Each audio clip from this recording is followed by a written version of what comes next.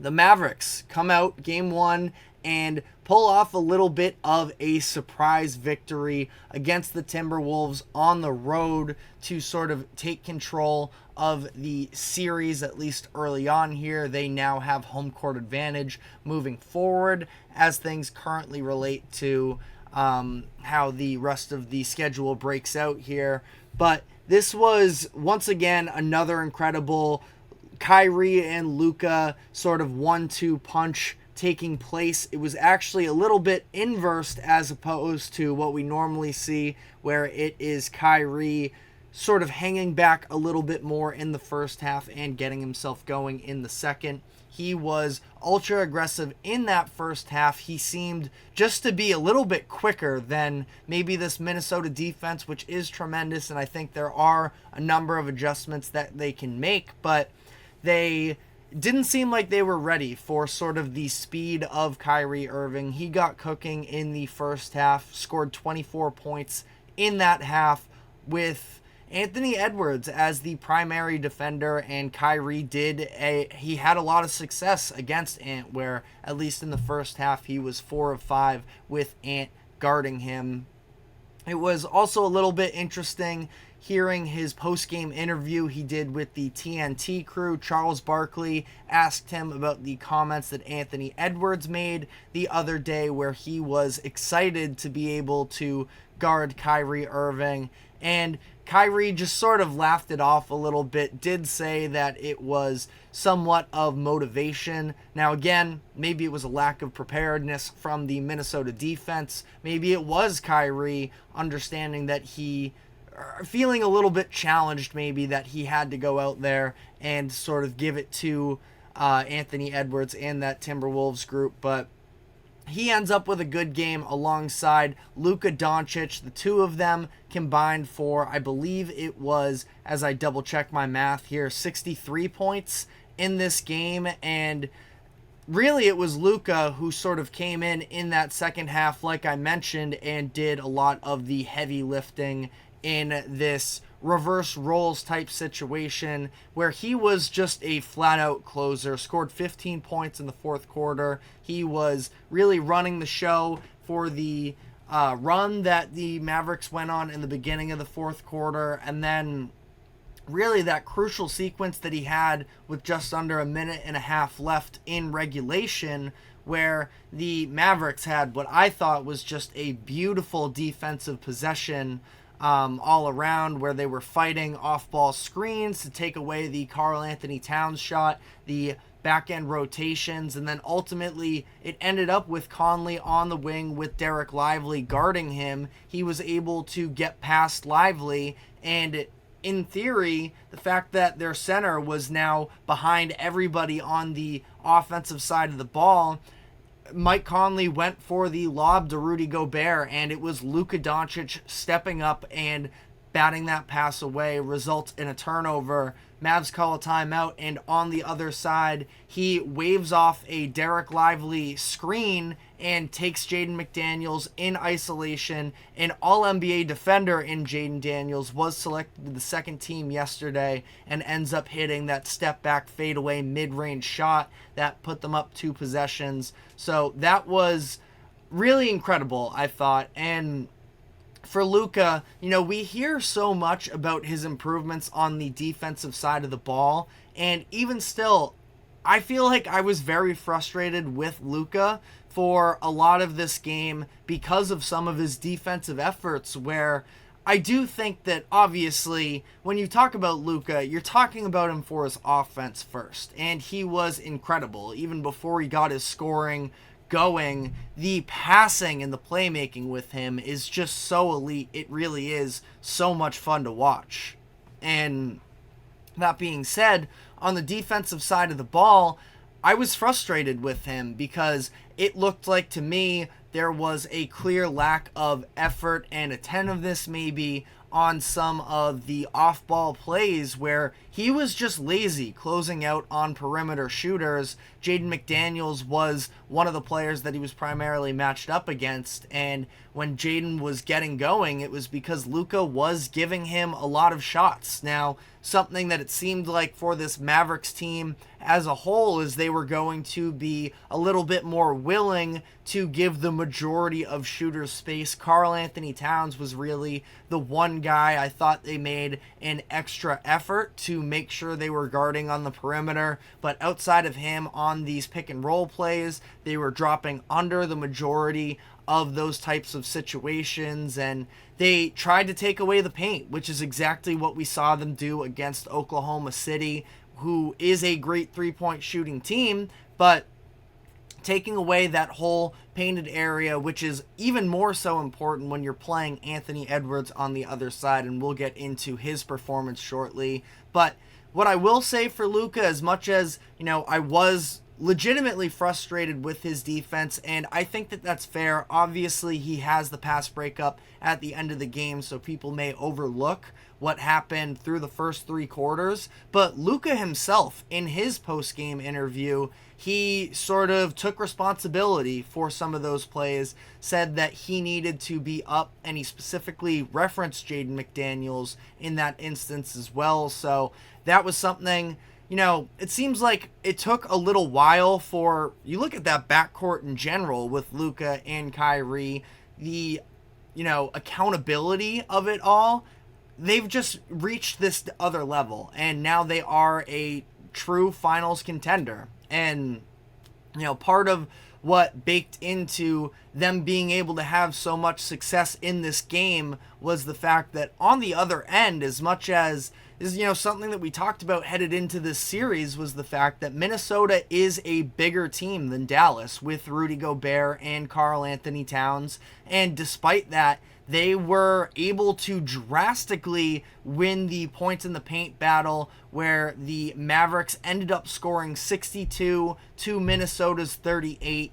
And that was sort of baked into a couple things. Like I said, Mavericks have been incredible through this postseason run of protecting the paint on the defensive side of the ball. But offensively, where it seemed like it was very possibly going to be harder, one of the other things we talked about headed into the series is what is Rudy Gobert going to look like now that he doesn't necessarily have the same type of other player that he can match up against and have to be pulled out a little bit more.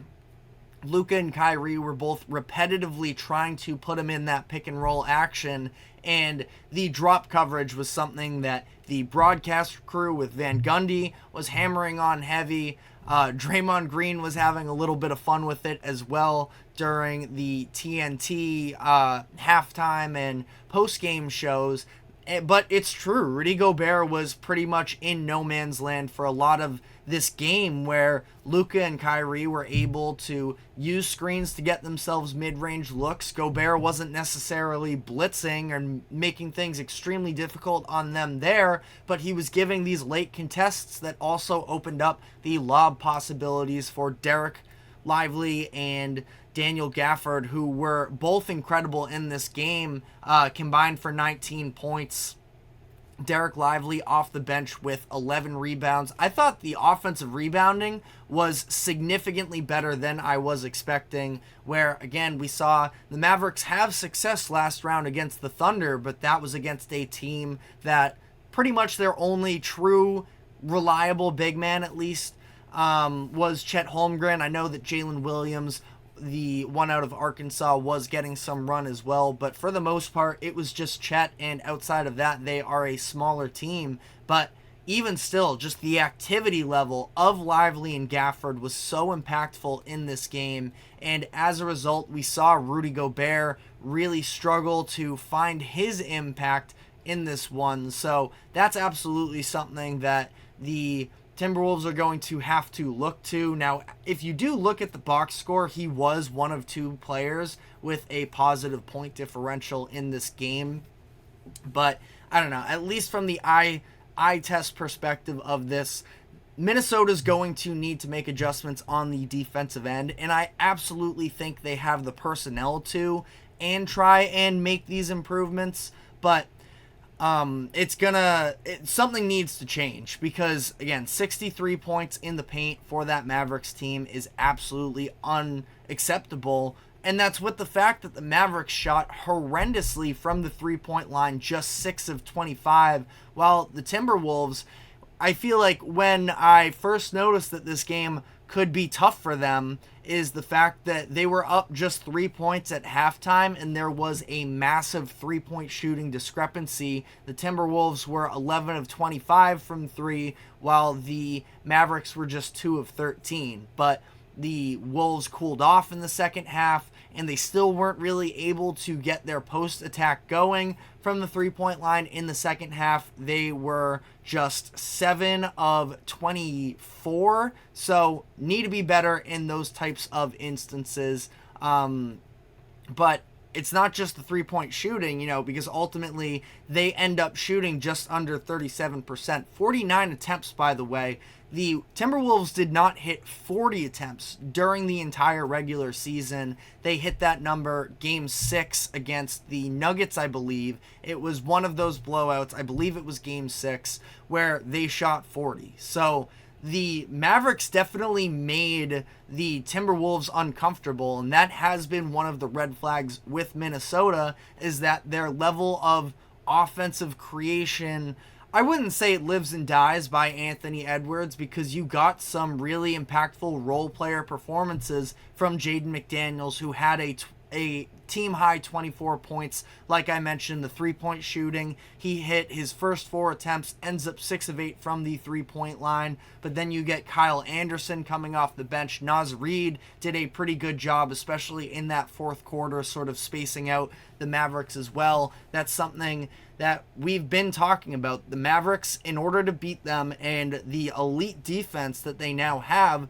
you have to be able to shoot, because they're going to do what they can to take the post away from you. So that doesn't necessarily bode well in favor of the Timberwolves. But mentioned Anthony Edwards earlier in this game. He sort of struggled with efficiency once again. He and Karl Anthony Towns both were 19 and 16 points respectively. Edwards was 6 of 16.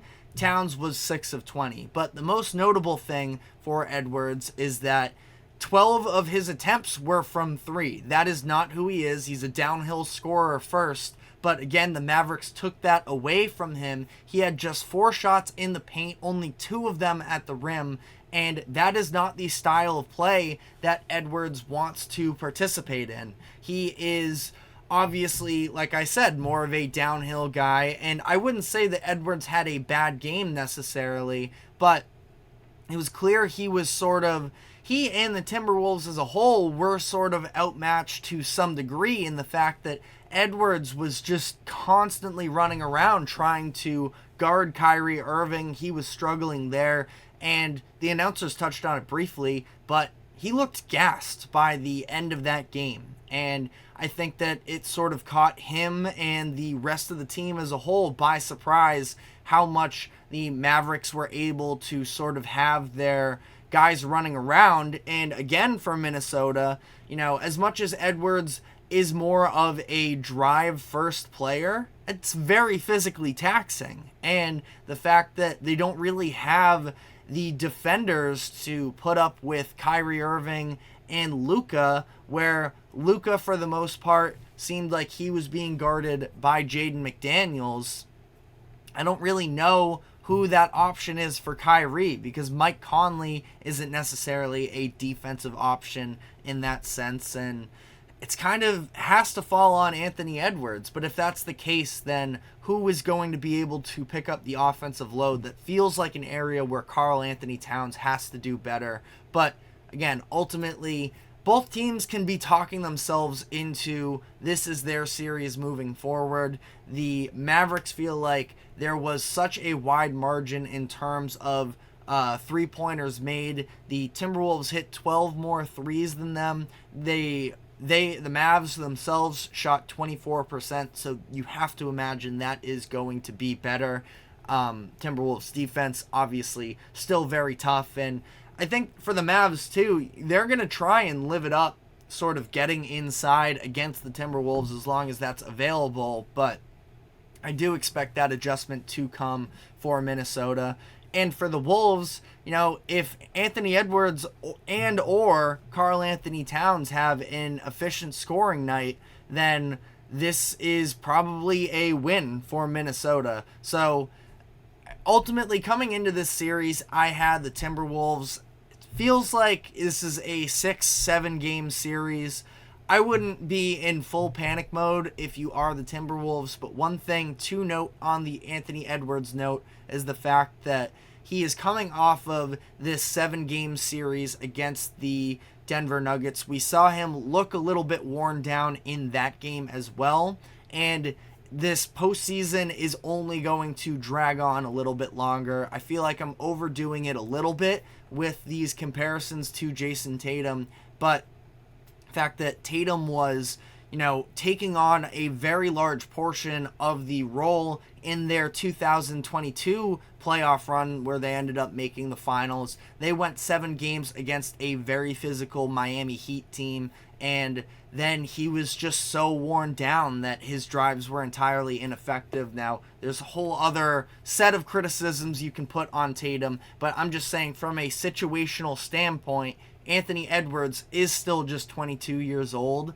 and there's a chance that the wake-up call is sort of coming now of what a deep playoff run really looks like. But let me know what your thoughts are on this game and the series as a whole in the comment section. But we're going to be taking our first break of the show now. When we come back on the other side, all NBA teams were announced. Jason Tatum versus Jalen Brunson, some debates around the third team as well, and some of the financial implications for these selections. We're going to be diving into all of that, so stick with us, and we will be right back after this quick break.